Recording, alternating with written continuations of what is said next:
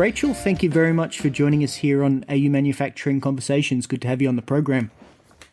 Thank you so much for inviting me. A pleasure. Delighted you could make it, and delighted you could take a few minutes out of an afternoon, which is, I'm sure, quite a hectic thing over there where you are. I mean, we're in the middle right now of building out our MVP or our prototype, so it is very exciting. Lovely. Well, I look forward to learning a little more about that over the course of this conversation. So the first question, as it always is for guests, is how did you get here and what do you make? How did I get here? I started my career randomly. I started in healthcare. I was working on clinical redesign projects for the government. And I had reached a point where I got my long service leave. I wasn't really satisfied. I learned a lot of great aspects working in government in terms of structured processes and policies required for business. But I really wanted to go and work for a startup. And I saw a local role available on the Gold Coast at a company called MagniX that were building electric motors in aviation, which was very exciting and the startup life that I wanted to go and join. So I ended up joining MagniX and working there for a period of time before they closed down their Australian office. And I went into utilising my healthcare background into artificial intelligence and machine learning about that, and eventually working in cybersecurity, where I was then approached by David and Aaron to join Dovetail Electric Aviation, which is where I work now in business operations, Asia Pacific region, and we retrofit existing aircraft from combustion to electric. So we basically will replace the motor with an electric propulsion system. So that's the motor, the inverter, the cooling system, and a power source, which will be battery or hydrogen. Well, that's a skim over, you're a young person, but it looks like you've done quite a lot in your career. I'm particularly interested in MagniX, where, we wrote about them a while ago and had the pleasure of speaking to Roe just after the Sydney Seaplanes announcement a couple of years back, I think, and we referred to them as the one that got away because obviously they're an Australian company with Gold Coast origins, as you mentioned, but the company is sadly no longer here, even in just an R&D capacity. But anyway, time moves on and you can't be too mournful about what might have been. That throat clearing aside, I'd really like to know about your time at MagniX, and presumably a fascination for electric propelled aircraft that you must have developed. Tell me about your time there, please, and some of the exciting work you're involved in. Absolutely. So when I was working at MagniX, Roy Gonzalski, who you spoke to, he was the CEO at the time, and he provided the recommendation to David and Aaron, which linked me to Dovetail Electric Aviation. So it's come full circle, which is quite funny. But my time at MagniX, it was exciting. I think the Australian team were all very, very passionate, and we were very lucky. We were a close-knit team. I guess you're working under a pressure-filled environment. We would do crazy hours, 16-hour days to achieve what felt like at the time impossible deadlines, but it was incredibly rewarding to achieve those deadlines, such as, making the first e-Beaver flight successful and an e-Caravan flight within a year. Those two electric flights, one in Canada and then one in the US, were achieved, and it was incredibly rewarding. You would do whatever was required to get the job done, and we really did. I would fly to New Zealand to pick up parts of a weekend or at any hours of the day, and we would all be working very hard to get things done. So it was very, very rewarding. And unfortunately, when COVID struck, they decided to close their Australian office and relocate to the US. Yeah, well, that's unfortunate, but as I said, life goes on, and it's like you're still doing what you love and still working in the very exciting field of e-aviation, so it's not so bad, I guess. Do you know what? It's really exciting to see that electric aviation really is here in Australia, because once MagniX relocated to the US, there wasn't much of an opportunity for those highly skilled people that were left here in Australia to continue to work on electric aviation. So it's really exciting to be back in this industry. Indeed. It's sort of semi-related. We were fortunate enough to have Richard Parsons of Kite Magnetics on a little while ago, and it's good to see people like that making sure that companies doing worthwhile work in this field in Australia, and I think it offers a lot of hope. Absolutely. We know Richard Parsons quite well, and I listened to his podcast, actually. So we have a good relationship with Richard, and it's amazing to be able to support Australian innovation as well, right? That's our hope in the future. I'd like to hear a little bit more, please. You mentioned something about being introduced to David Doral and Aaron Shaw earlier. Just tell me a little bit, please, about the origin story of Dovetail. Yeah, absolutely. So David Doral, he is our CEO. He set up a business called Dante Aeronautical, and he was designing an electric aircraft from scratch. And during that process, what he realized was that the technology really isn't there. So it's not viable to provide a sustainable range in terms of flight. So during that process, he pivoted and he started talking to Aaron Shaw, who is the managing director of Sydney Seaplanes, about joining forces together and creating a company called Dovetail Electric Aviation that would look at the retrofit market. So retrofitting existing aircraft, and eventually they would look to build brand new electric aircraft. They joined forces, created Dovetail Electric Aviation, and then they had an advisor, a couple of different advisors. One of those advisors was the ex-CEO of MagniX, Roy Gonzalski. They were talking to Roy about some of the business challenges they were having, and then Roy had suggested to them that I join the team, and so that's how I got involved. And so what's the size of the company at the moment, and who does what? So it is a small team. There are less than 10 people, and basically everybody except myself is a qualified engineer. So we have David as the CEO, myself, business operations here in Australia. We also have an equivalent of myself, who's based in Europe, and another engineer over in Europe, as well as two other engineers that work on our team. So everybody basically in the business is an engineer. Tell me a little bit more, please, about the drivetrains you're developing to retrofit to small aircraft. What sort of technical problems are being addressed? What are some of the things that give you guys headaches? Tell me about, what you're working on now, please. So from a technical perspective, in terms of what's keeping us up at night, I mean, right now we're building out our minimum viable product, so there's some small technical challenges that we have to go through from there, but that is only to be tested on the ground, and it's a smaller scale prototype essentially. And some of the larger technical challenges that we are really focused on is we want to utilize off-the-shelf products where possible to build out our electric propulsion system. So that is, building the technical and the electrical processes around the electric propulsion system configuration and architecture. So the cooling system elements, the power source components. Our intention is not to build a powertrain, but there are certain elements that we really want to own within that process. So some of the customizations that's required. So, and the IP we want to own. So, for example, like the housing of the battery packs, we'd want to own certain elements of that. But the internal materials, nope, we want to have multiple suppliers that can provide us with those elements to wait and see where the real winners are going to be in the technology in the future. I'd like to learn a little bit more now about your new role as founder in residence, a thing that was announced through the week. Congratulations on that. Tell me what you'll be doing there, please. Thank you very much. It's an exciting time. So, founder in residence at Swinburne University of Technology. I'll be working closely with the Air Hub team. So that is the team that works on their aerospace. So they've got a couple of projects in hydrogen at the moment, actually, which is very interesting and very aligned with our priorities as well. But the reason that we came together is around the technology and the knowledge transfer. So all of the R&D work that Swinburne University are doing, we are looking to collaborate and I guess funnel that information and the knowledge and the know-how into Dovetail and commercialize it there. I think what we're starting to see from a lot of research centres is the R&D aspects really be translated back into industry, right, and start to deliver on some commercial activities and outcomes. And they have a priority, Swinburne have a priority to lead the aerospace technology industry here in Australia. And so that's why together we decided to work on some of the cutting edge technology that we're doing here at Dovetail. So it's very exciting. They're actually involved in our small prototype that we're currently building the moment as well.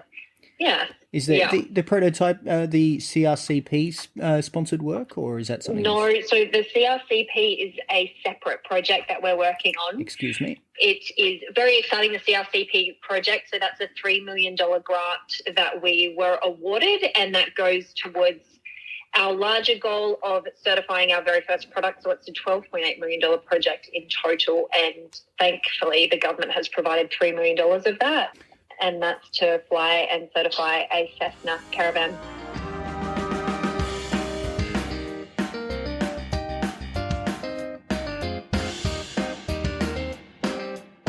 Could you tell me a little bit more, please, about certification? You're going for supplementary type certification for battery and then for hydrogen fuel aircraft. Tell me about the timeline for both of those and what's involved. So our short-term goal right now is the prototype, so spinning that propeller by the end of the month, this month, so February 2023. Mm-hmm. From there, a year from now, we want to have the first flight of a battery-powered aircraft. That'll be working with Sydney Seaplanes, which is amazing. And shortly following that is our first hydrogen flight, which will be a King aircraft.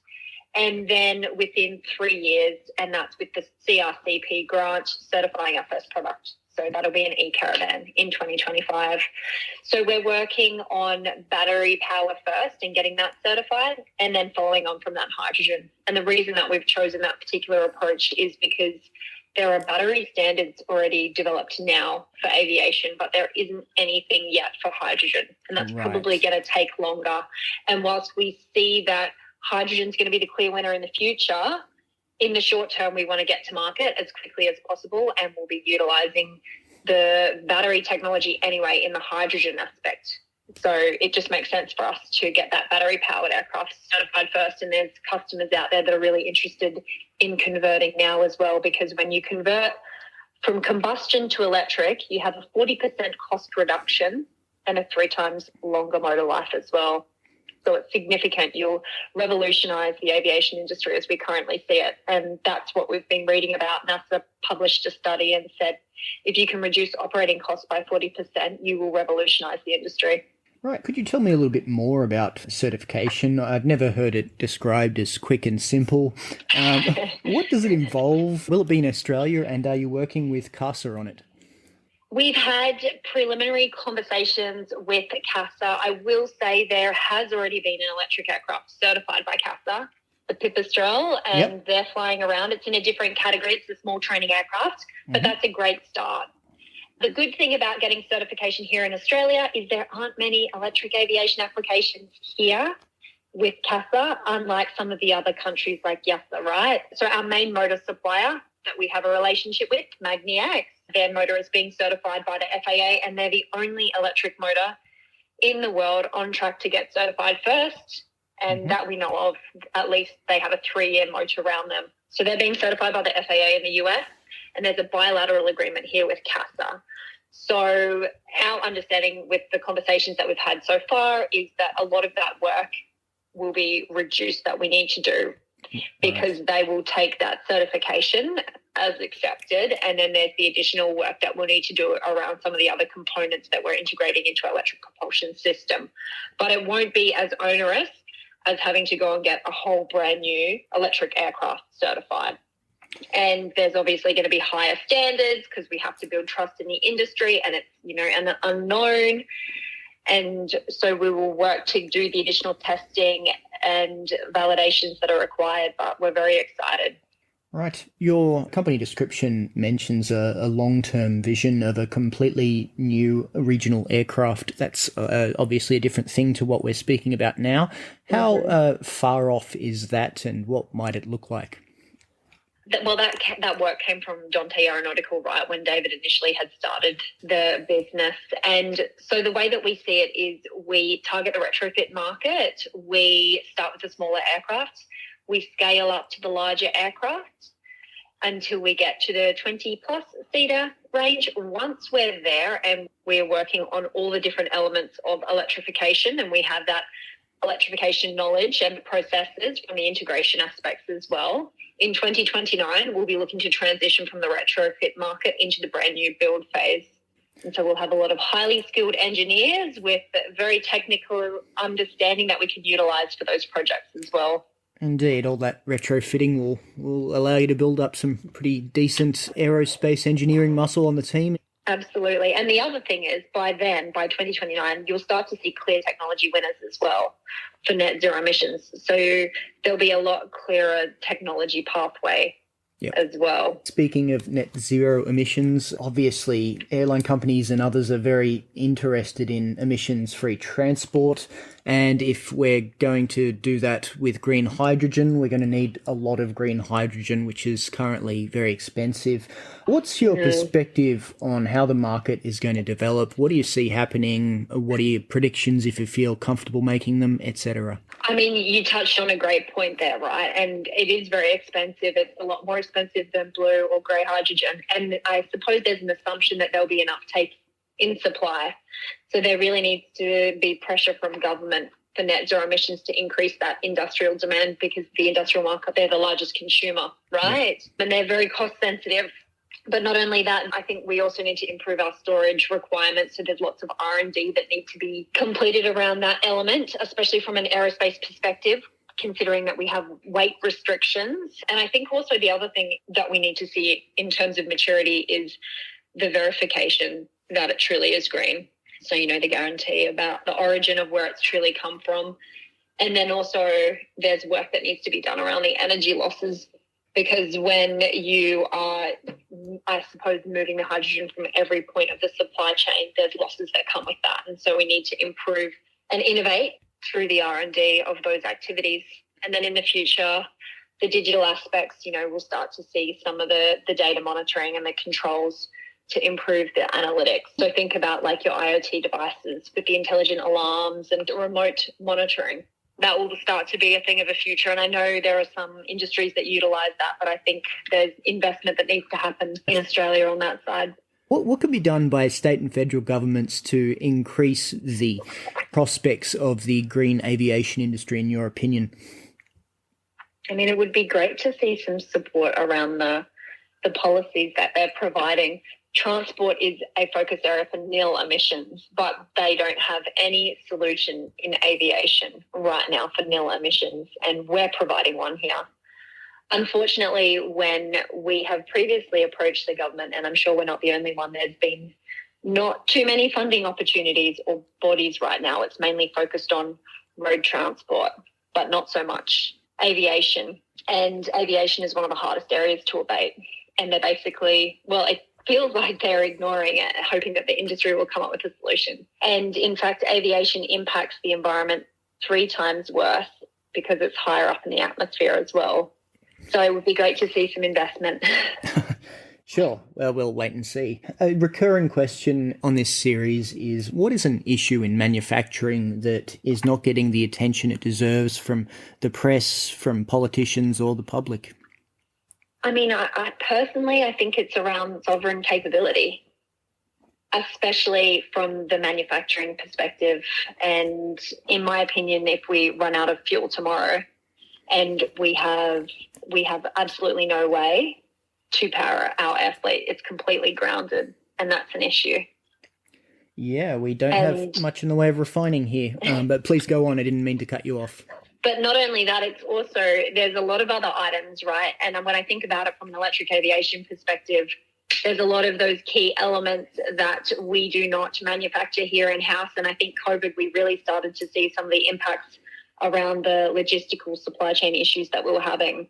And I think sovereign capability needs to really be considered from a manufacturing perspective and some of those items that we're going to need in the future. Certainly. I mean, everyone cared about sovereign capability in 2020 for a little while, and I think that perhaps they've gotten sovereign capability fatigue out there in a lot of places. It's something, that felt good to say for a while, and it was like a motherhood statement, but I think that perhaps we've lost focus. And Absolutely. That's just my 5 cents. But I agree. That's about everything we have time for, but I'd like to know if there's anything you'd like to make as a final comment, or perhaps something to plug before I leave you alone. Absolutely. Check out our website, www.dovetail.aero, AERO short, for aerospace, to follow our progress and also follow us and give us a like on LinkedIn. That's Dovetail Electric Aviation on LinkedIn, and follow our journey. Rachel, it's been lovely speaking to you. Thank you very much for joining us on AU Manufacturing Conversations. Thank you so much for having me, Brent. Really appreciate it.